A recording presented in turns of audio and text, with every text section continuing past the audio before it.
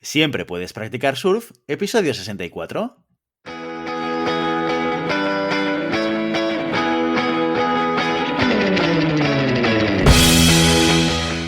Bienvenido y bienvenida a Siempre puedes practicar surf, el podcast semanal sobre recursos humanos.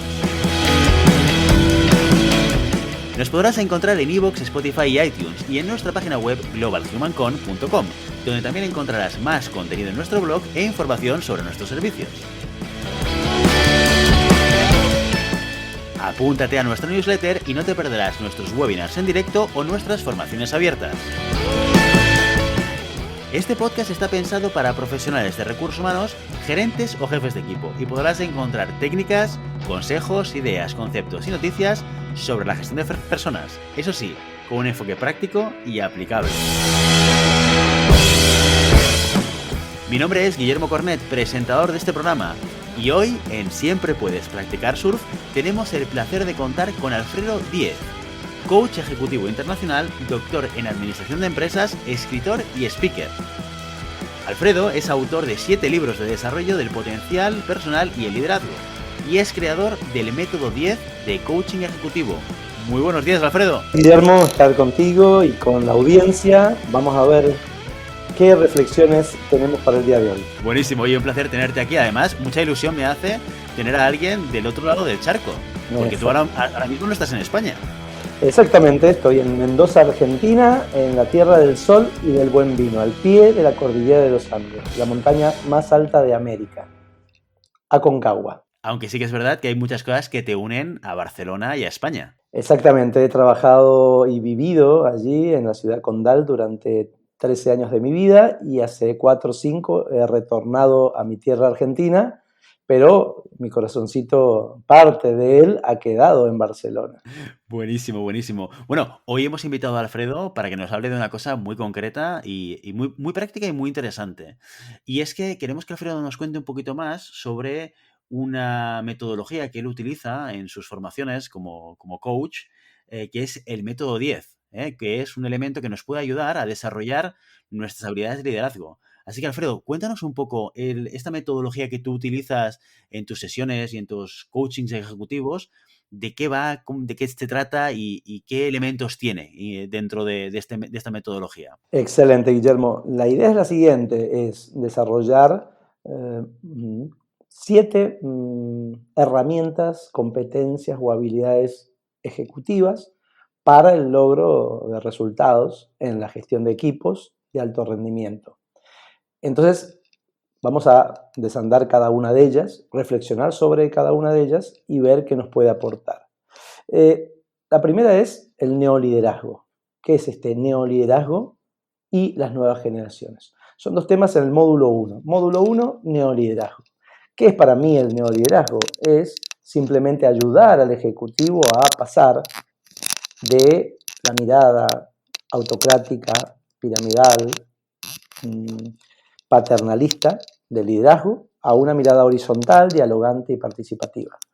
Esa es la idea, y siempre hablo de directivo, hablo de padre, hablo de maestro, hablo de entrenador deportivo. ¿Por qué? Porque los líderes que lideran equipos y personas son los que todavía están enganchados con modelos antiguos de liderazgo y de influencia de los equipos. Y eso hace muy mal a las personas que forman parte de los equipos y fundamentalmente a los resultados de esos equipos. Entonces, ¿cuál es la idea?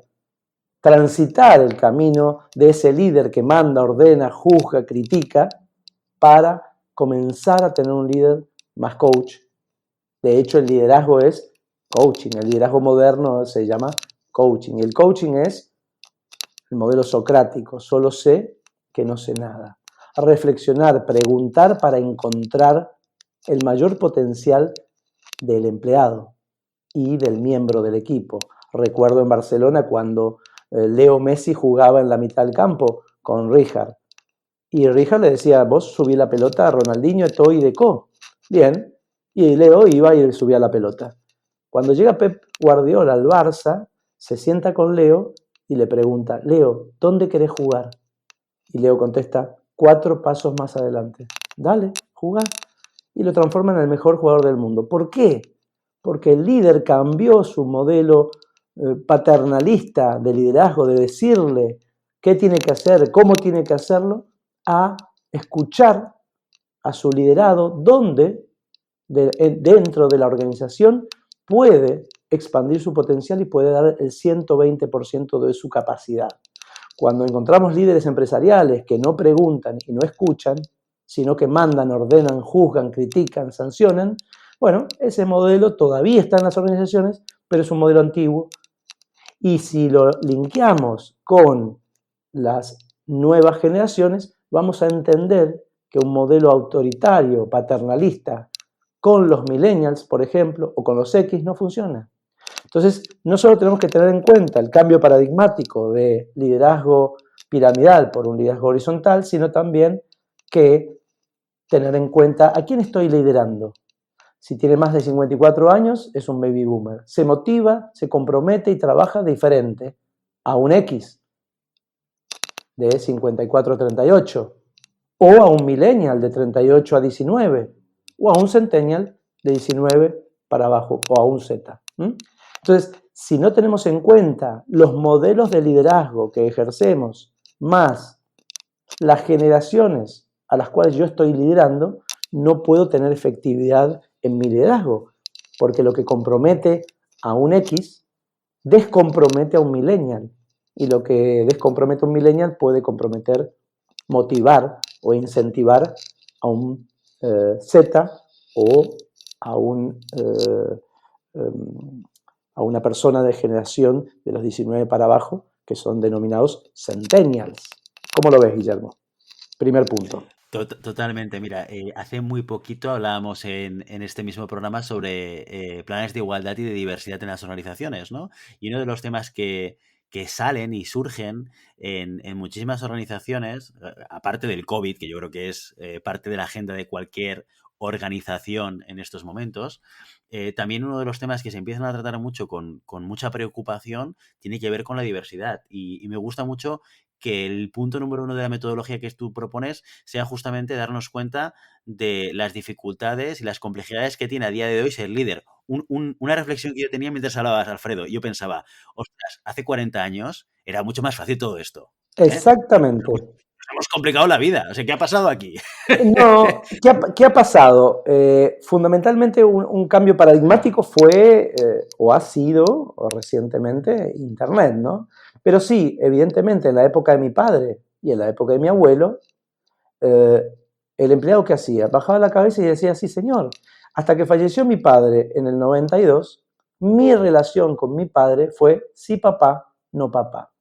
Bien, yo soy baby boomer, tengo 55 años. Entonces, ese modelo, hasta mi generación, te lo acepto, Guillermo. Ahora, ningún chico de las nuevas generaciones baja la cabeza ante un jefe autoritario o un jefe que lo trata mal o que lo somete a su mirada. Él necesita participar, necesita que lo escuchen, necesita que lo entiendan como ser humano integral. El modelo, aquí mando yo, está perimido, es obsoleto, no funciona. Sin embargo, encontramos todos los días en las organizaciones líderes que siguen sosteniendo ese modelo anticuado y no logran resultados. ¿Y qué hacen, Guillermo? ¿Le echan la culpa a quién? A los empleados. Y la culpa del bajo rendimiento de un empleado nunca, nunca, nunca es del empleado. Es del que lidera al empleado. Porque el empleado es una prolongación directa de su mal o buen liderazgo. Punto. Segundo punto que trabajamos, ¿sí? Y vamos allá con la programación neurolingüística. ¿Por qué intervengo una empresa o un ejecutivo desde el punto de vista de programación neurolingüística? Porque nos constituimos en palabras, somos lo que decimos. Y las creencias representan la base de todo el cambio paradigmático organizacional. Entonces, ¿qué hago yo en la empresa? ¿Qué hago yo con el ejecutivo? Analizo qué cosa. Su caja de creencias. El cerebro humano es una cajita preciosa que guarda creencias, paradigmas, modelos mentales, heredados, emociones históricas, experiencias. Toda esa caja de creencias es la que nos permite vivir en este mundo, que es el software de nuestro cerebro. Ahora bien, ese software no lo cargamos nosotros. Lo han cargado generaciones de personas que han pasado por nuestra vida, desde nuestros padres, que son los primeros formateadores del cerebro humano, los maestros, la iglesia, el colegio, la ciudad, la situación socioeconómica de ese momento y de ese país. Todo eso va formateando nuestro cerebro. Por lo tanto, ¿cuál es el ejercicio? Hacer un listado de creencias limitantes y creencias potenciadoras, para saber qué hay en mi cerebro. Cuando yo lo hago en la organización, me puedo dar cuenta perfectamente que lo que entorpece la buena marcha de una organización nunca está afuera, siempre está dentro, en las creencias limitantes. Las creencias no son buenas ni malas. Te permiten ser feliz y lograr resultados o no te lo permiten, nada más. Entonces, analizo cómo está construido el software organizacional, hablando con cada uno de los empleados, con cada uno de los supervisores, ejecutivos, gerentes, y hacemos este ejercicio que es muy simpático, que puede hacerse también individualmente, ¿no? Cada uno puede analizar, a ver, hace un listado, Guillermo, a la izquierda pone dinero, pareja, amigos, trabajo, empleados, equipo, pandemia, y luego hace un listado de qué crees de cada una de esas temas. Y vas a poder distinguir entre creencias limitantes, creencias que te limitan, que te impiden lograr resultados, y creencias que te potencian. Entonces, ¿cuál es la base o la esencia de una creencia limitante? No puedo.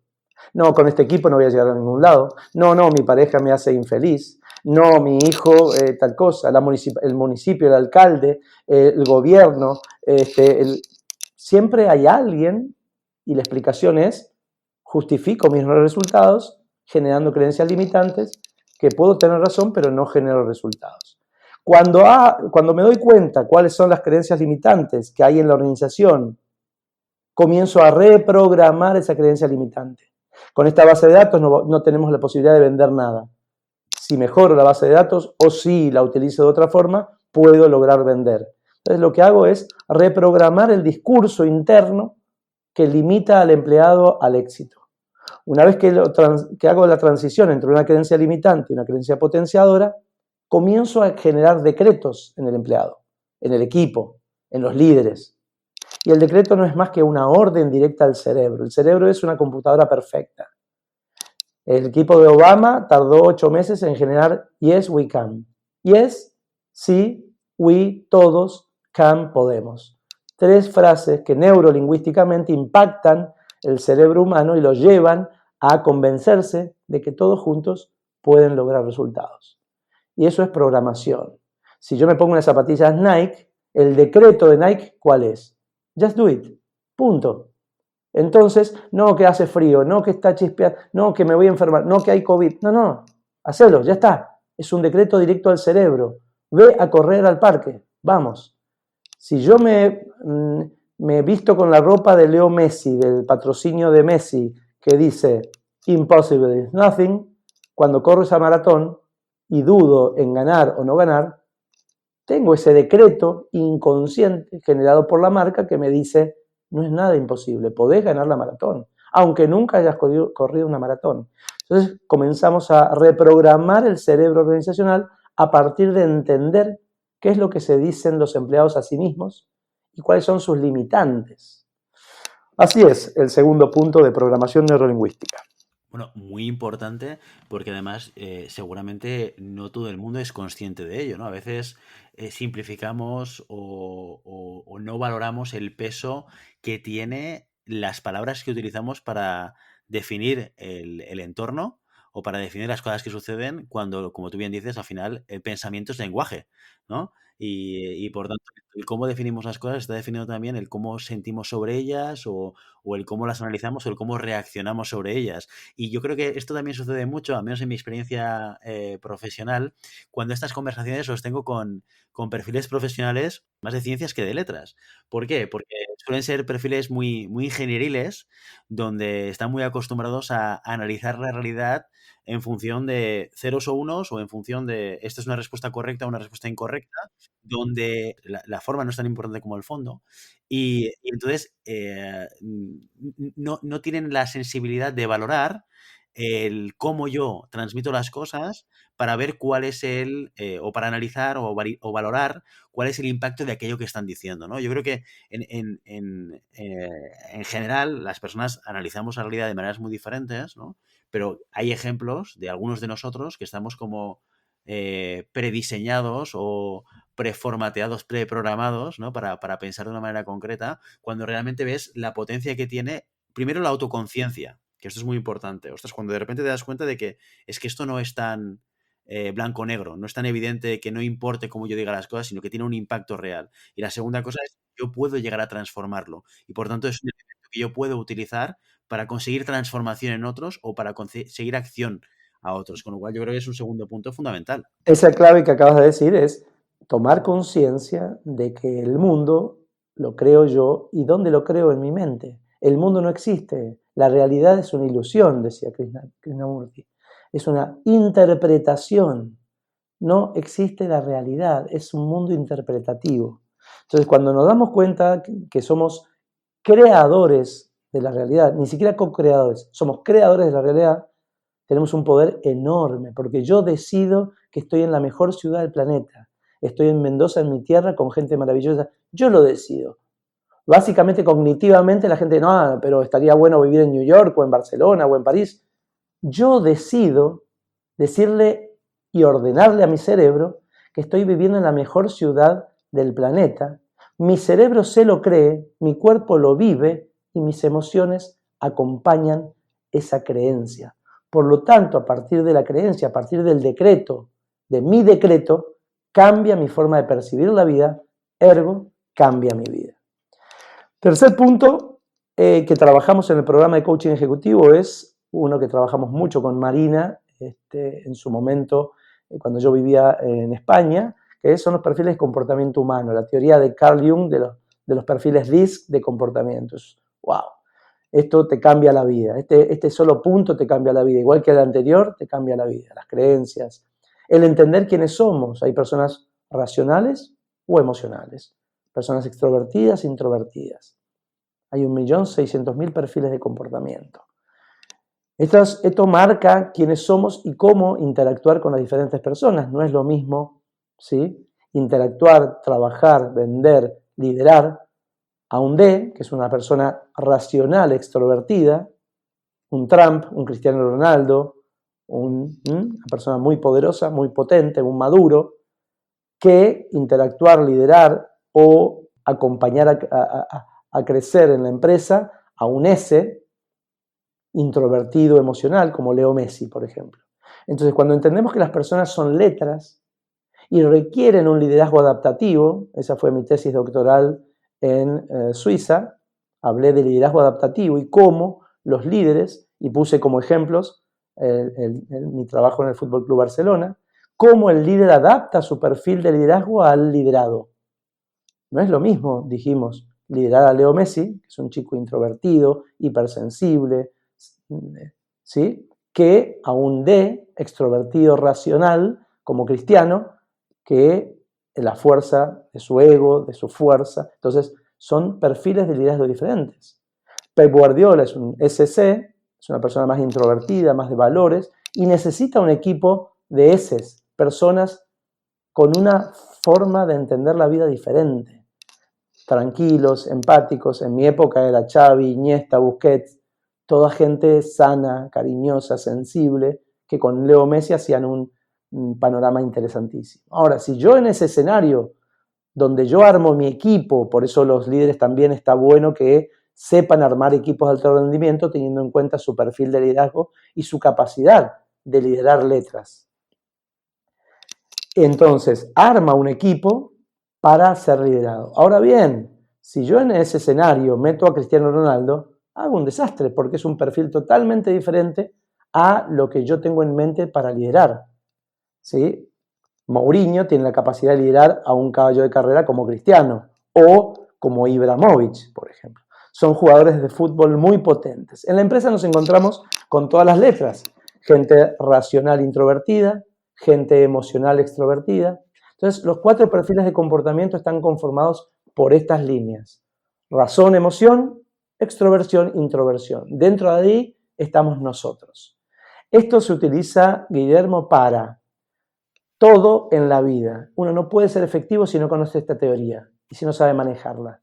Se trabaja en neuroventas con esto. No es lo mismo venderle una 4x4 a un C, que es un tipo racional, introvertido, metódico, estructurado, que hay que hablarle de estadísticas, porcentuales, rendimiento de la gasolina, capacidad de tracción, etcétera, datos técnicos, que venderle una 4x4 a un I, que es un tipo extrovertido, emocional, que simplemente hay que convencerlo de que carga la tabla de windsurf y se va con los amigos al dique y acá tenés un lugar para poner la heladerita con las cervezas.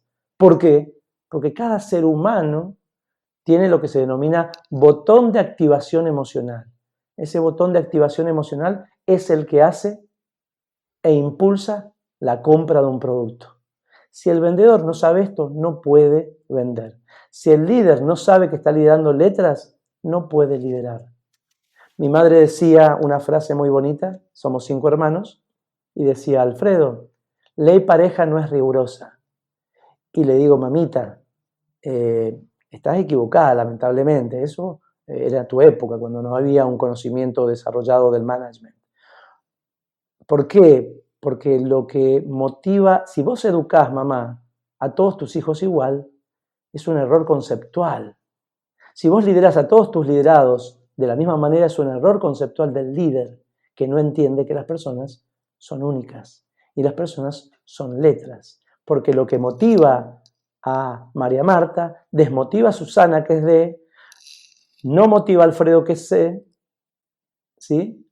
Entonces, cada uno de tus hijos son diferentes. Por lo tanto, tu forma de ser padre, tu forma de ser líder, tu forma de ser entrenador, debe ser totalmente diferencial. Porque si no, podríamos decir que es lo mismo liderar, y volvemos al ejemplo, a Messi que a Cristiano. No, es diferente el modelo. Es diferente la intervención y diferente la influencia y el resultado que logro con uno u otro modelo de liderazgo. Está clarísimo que Pep Guardiola sabía tocar dónde el botón necesario para motivar y comprometer a Leo Messi.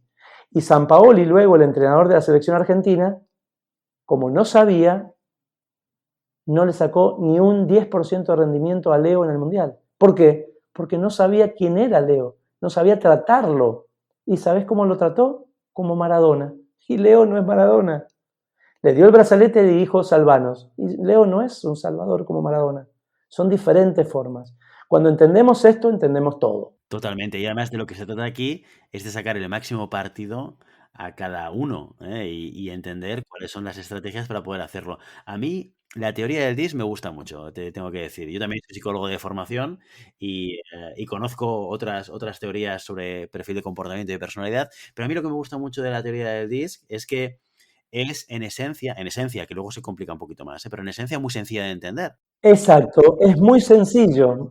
Exacto. Y eso te permite también en el día a día utilizarla. Porque claro, fíjate que aquí hemos hablado de 3 de 10 puntos, ¿eh? Pero ya vamos metiéndole capas de complejidad, porque estamos diciendo, el mundo es muy complejo, hay cada vez más diversidad generacional y por tanto las personas cada vez son más diferentes. Y luego una capa, que esto no tiene nada que ver con las generaciones, esto ha pasado siempre, de siempre. Desde que el hombre es hombre, por decirlo de alguna manera, ¿no?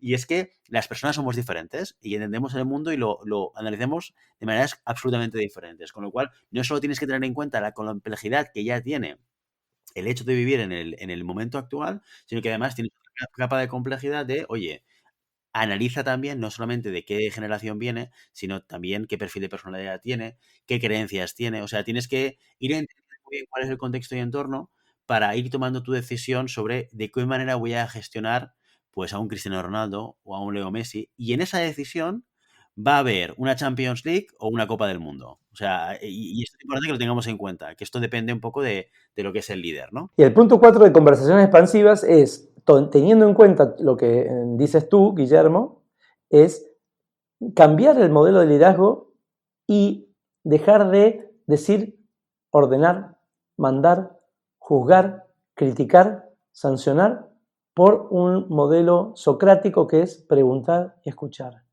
Solo sé que no sé nada. Salirse del liderazgo que implica de tentación de conocimiento o poder para transitar un modelo de liderazgo de una conversación expansiva que permita que el subordinado se escuche, se entienda y se comprometa. Nadie se compromete ni motiva con una orden. Si nos comprometemos y nos motivamos cuando participamos en la ecuación, cuando Leo Messi elige voluntaria y conscientemente jugar 4 pasos más adelante. Cuando tu empleado se compromete y dice, yo esto lo voy a descubrir si me dejas. Y el líder dice, sí, yo confío en vos, creo que lo vas a encontrar la clave y estoy seguro que vas a liderar este proyecto exitosamente. Cuando el líder cree en el liderado se queda hasta las 3 de la mañana trabajando. ¿Por qué? Porque se comprometió con el resultado, porque el líder confió en él y cree en él. Por lo tanto, la motivación y el compromiso no pasa por una orden.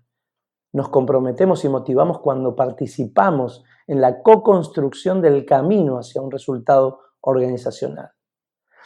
Es un cambio paradigmático muy fuerte y acá la idea es el punto 5, pasar de víctima a protagonista a ese subordinado que yo lidero a través de la pregunta y llevarlo desde el no puedo, que es imposible, que la crisis, que la pandemia, que el COVID, que mi compañero, a el protagonismo del sí puedo, del tener razón al tener resultados, del hablar de culpas a hablar de responsabilidad, desde el justificarse y explicar por qué no pude a voy a poder y voy a hacer esto y genero y tomo acción comprometida. Ese es el paso de las conversaciones expansivas a la clave de protagonismo. En las empresas mi visión es que todas las personas dentro de la organización sean protagonistas. No quiero nada de víctimas, nadie que justifique el no resultado, nadie que critica al compañero, nadie que tiene una excelente explicación para el fracaso o el error. Y finalmente después cerramos con la inteligencia emocional, que es lo que te comentaba, que trabajamos mucho en la Universidad de Barcelona, que he diseñado 2 másteres en la Universidad de Barcelona de inteligencia emocional. Trabajé mucho tiempo con Kenneth Novak, miembro del consorcio de Goleman, lo traíamos a hablar a Barcelona todos los años y excelente experiencia. Y la inteligencia emocional es básica. Hoy las organizaciones no pueden trabajar si no entienden las emociones de los subordinados. O sea, la clave está en ese recurso emocional. Tenemos que conocer las 6 emociones básicas de Paul Ekman, tenemos que conocer las 17 competencias de Kenneth Novak, que sintetizó las 25 competencias de Goleman y generó un modelo interesantísimo de autogestión, de gestión de las relaciones y de comunicación, en base a competencias como la orientación al logro, la tolerancia al estrés, el liderazgo, la resolución de conflictos, la negociación, la comunicación escrita, verbal, feedback, feed forward. Entonces generó un modelo tan interesante que él calificó que las competencias emocionales eran factores de rendimiento humano. Y una experiencia muy interesante, y con esto, si querés, vamos cerrando, que yo trabajo en las empresas, hablo mucho de Goodman. John Goodman, ¿qué hace John Goodman? Goodman es experto en microgestos. Goodman encierra a una pareja en una habitación durante 15 minutos con cámaras y con un 95% de fiabilidad te dice si esa pareja se va a divorciar en los próximos 5 años. ¿Qué observa Goodman? Observa los gestos y el intercambio de emociones positivas y negativas en esa pareja. A través de la filmación. Cada músculo representa un impacto emocional o una emoción. Por lo tanto, él, estudiando el video y analizando la comunicación de esa pareja en 15 minutos, te da esa conclusión. Él dice, esas parejas que vos viste, Guillermo, que se adoran y nosotros decimos, qué lindo tener una pareja tan unida, tan linda, intercambian 5 emociones positivas por una negativa. Una pareja que más o menos se lleva coherentemente bien, sostenible, intercambian 3 emociones positivas por una negativa. Por debajo de ese baremo, dice Goodman, olvídense. Entonces, si Goodman establece y habla de que la sostenibilidad de los vínculos interpersonales depende del intercambio de emociones positivas y negativas, tenemos la clave de la sostenibilidad de los vínculos y los equipos de trabajo en la empresa. ¿Y cuál es la clave, Alfredo? La clave fundamentalmente es identificar y diagnosticar el equilibrio de emociones positivas y negativas que hay en los equipos de trabajo y en la organización. Si hablamos de una organización familiar o hablamos de una organización empresarial, ¿cuáles son los tips que aumentan los iones positivos? Un reconocimiento, una felicitación en público, un abrazo, una sonrisa, festejar un cumpleaños, un chocolate para la secretaria, unas flores, cualquier hecho. Y entonces en la empresa me dedico a hacer un listado de 20, 30 cosas que pueden hacer los miembros de los equipos para elevar las emociones positivas dentro de la organización. Si tenemos la clave y podemos encontrar eso, podemos encontrar también la sostenibilidad de los vínculos interpersonales de un equipo deportivo, de mi casa. Salgo por la mañana y pongo en la nevera un post-it que dice: mi amor, nos vemos en la noche, te amo. ¡Pum! Emoción positiva, le dejo un chocolate en la almohada, la felicito porque la casa está preciosa, o ella me felicita a mí por lo que sea. Comenzamos a entender que la clave del éxito interpersonal está en el intercambio de emociones positivas y negativas, y que hoy la sociedad de consumo, los periódicos y las malas noticias nos matan la cabeza. Un estudio de la Universidad de California hablaba de que un niño en un hogar medio de Estados Unidos, ¿sí?, se vierte en un hogar de Estados Unidos, se vierten 14 mensajes negativos por uno positivo. ¡Wow! ¿Cómo coexistimos? ¿Cómo un niño formatea su cerebro con 14 mensajes negativos por uno positivo? No que culpa al árbitro, no que la maestra me sancionó, no que este gobierno, no que... Entonces, si nos damos cuenta de ese desequilibrio que se genera porque la sociedad básicamente habla y la gente habla de el negativo, entonces no podemos entender cómo solucionar los conflictos personales, emocionales de las organizaciones. Totalmente. Oye, Alfredo, quiero hacerte una pregunta para ir cerrando también. En todos los años de experiencia que tú tienes, habiendo acompañado a diferentes ejecutivos en ese proceso de cambio y de transformación a través de esta metodología, ¿qué es lo que suele suceder cuando alguien pasa por estos 7 módulos y 3 acciones que tú propones? Y bueno, el cambio paradigmático es terrible porque la mayoría, el 99% de la población mundial, está en el primer paso del camino de la sabiduría. ¿Cuál es el primer paso? El primer paso del camino de la sabiduría es inconscientemente incompetente. En la zona de ceguera cognitiva, no sé que no sé. La mayoría de gente es ignorante a su ignorancia. ¿Qué significa? Que no sabe, que no tiene las competencias necesarias para moverse eficientemente en este mundo. Entonces, la foto de un fracaso, un error o un no resultado, ¿cuál es la foto? La foto es: me faltan competencias. La única forma de entender la evolución es capacitándose. Arie de Geus, vicepresidente de Shell, decía: la única ventaja competitiva sostenible que tienen las organizaciones y las personas es capacitarse con mayor rapidez que tus competidores. ¡Wow! ¿Y dónde queda todo? En primero, darte cuenta de que no sabes. Primero. O, si querés, de que puedes aprender algo más y que te pueda ayudar en tu vida. Siguiente paso, paso de inconscientemente incompetente a conscientemente incompetente. Che, Alfredo, necesito ayuda. Sos consciente de tu incompetencia, que la ola que te llevó a formar esta empresa no te va a permitir hacer otra empresa, ni una unidad de negocio, ni incrementar 100 personas en tu personal. ¿Por qué? Porque las mismas competencias que te permitieron ser novio no te permiten ser esposo, y las competencias que te permitieron llegar a ser esposo no te van a permitir ser un buen padre. Porque para escalar, para seguir subiendo y creando nuevas olas, necesitas nuevas y mejores competencias. Eric Hoffer, hablando de empresas y de personas, decía, en estos vientos turbulentos, las organizaciones que estén abiertas al aprendizaje se adueñarán del futuro.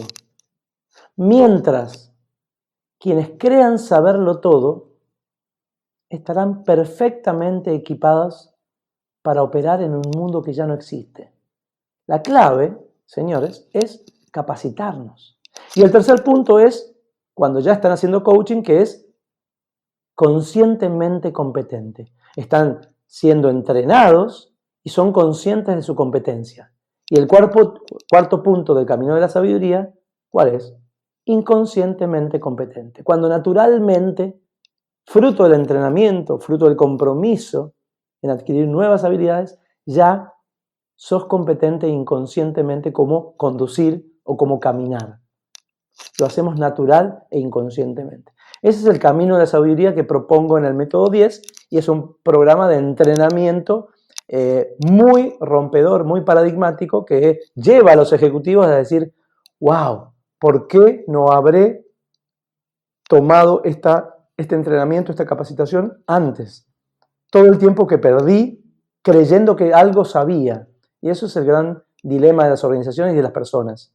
Estamos convencidos porque venimos de un paradigma antiguo, Guillermo, de con una profesión, con una licenciatura, con 5 libros que te leíste ya es suficiente. No, el mundo cambia vertiginosamente y si no nos capacitamos todos los días, todos los años, quedamos totalmente obsoletos frente a un mercado enormemente complejo, tecnología de management, nuevos modelos de management, liderazgo emocional, gestión de equipos, negociación, resolución de conflictos. Como tú dijiste al principio de nuestra conversación, antes era más fácil, claro, antes era más sencillo el mundo.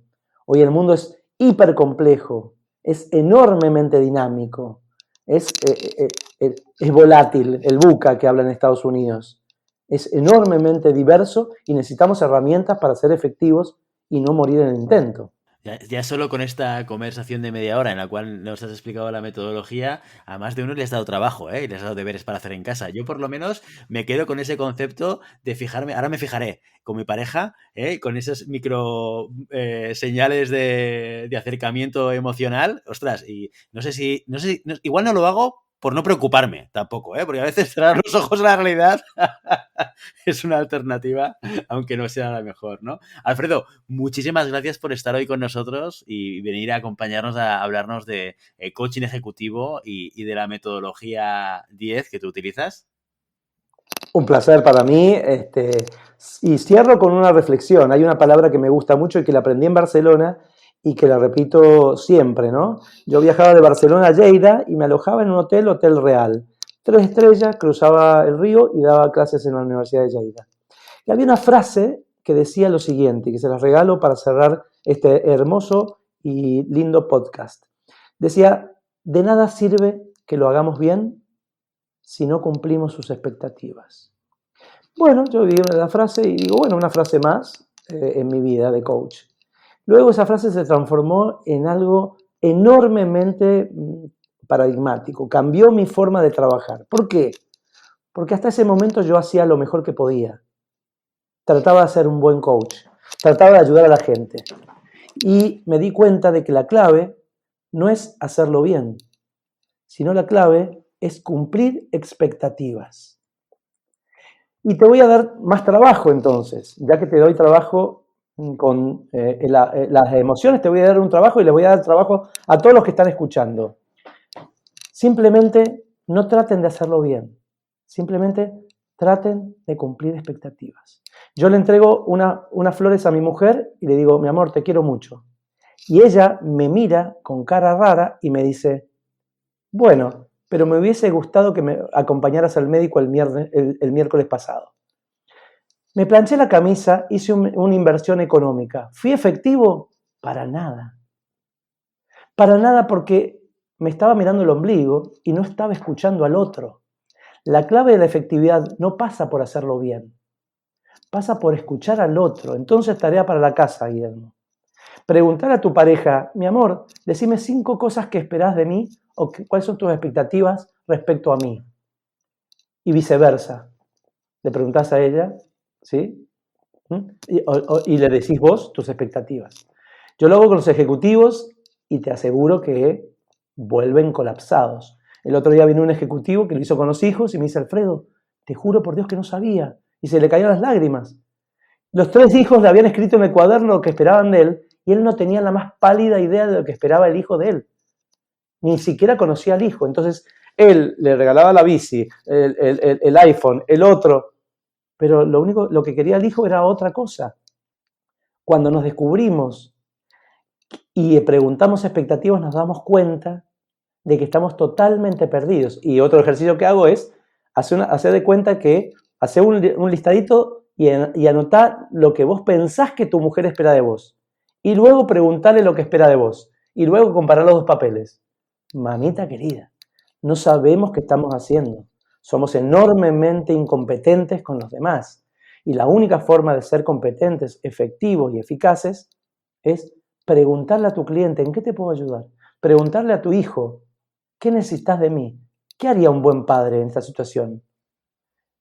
¿Por qué? Porque así nos sacamos el ego de pensar que sabemos algo. No sabemos nada. Y dejar de pensar que sabemos qué necesita el otro. Preguntar al otro qué necesita. ¿Cómo lo podemos ayudar?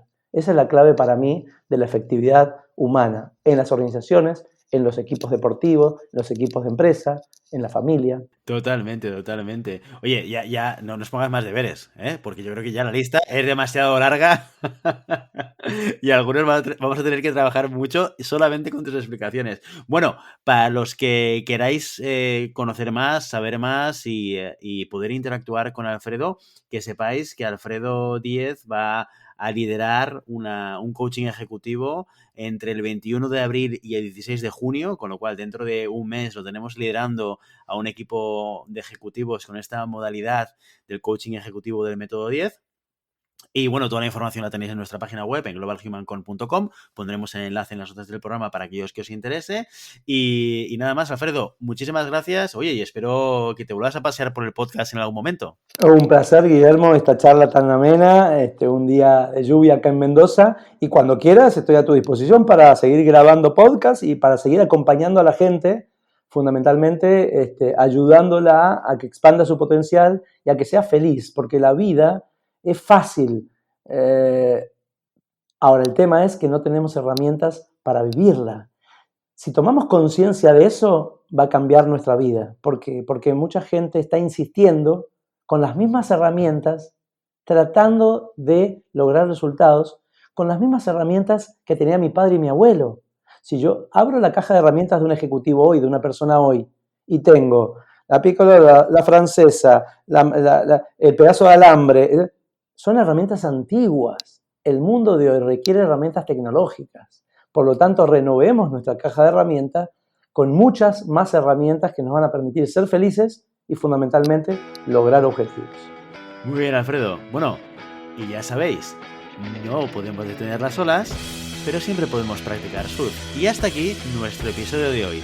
Como siempre, queremos invitaros a que os pongáis en contacto con nosotros, nos deis vuestra opinión y nos sugeráis algún tema o si tenéis alguna pregunta concreta. Lo podéis hacer a través de la página de contacto en globalhumancon.com/contáctanos o a través de las redes sociales. Estamos en Facebook, en Instagram, en Twitter o en LinkedIn. Y si el contenido de este podcast te gusta, no te olvides suscribirte, darnos 5 estrellas en iTunes y me gusta tanto en iVoox como en Spotify. Igualmente recuerda que puedes encontrar más contenido, noticias y recursos en nuestra web, globalhumancon.com. Muchas gracias por todo, por tu tiempo, por tu atención y por tu interés en estos temas sobre gestión de personas. Nos escuchamos la semana que viene. Hasta entonces, ¡feliz semana!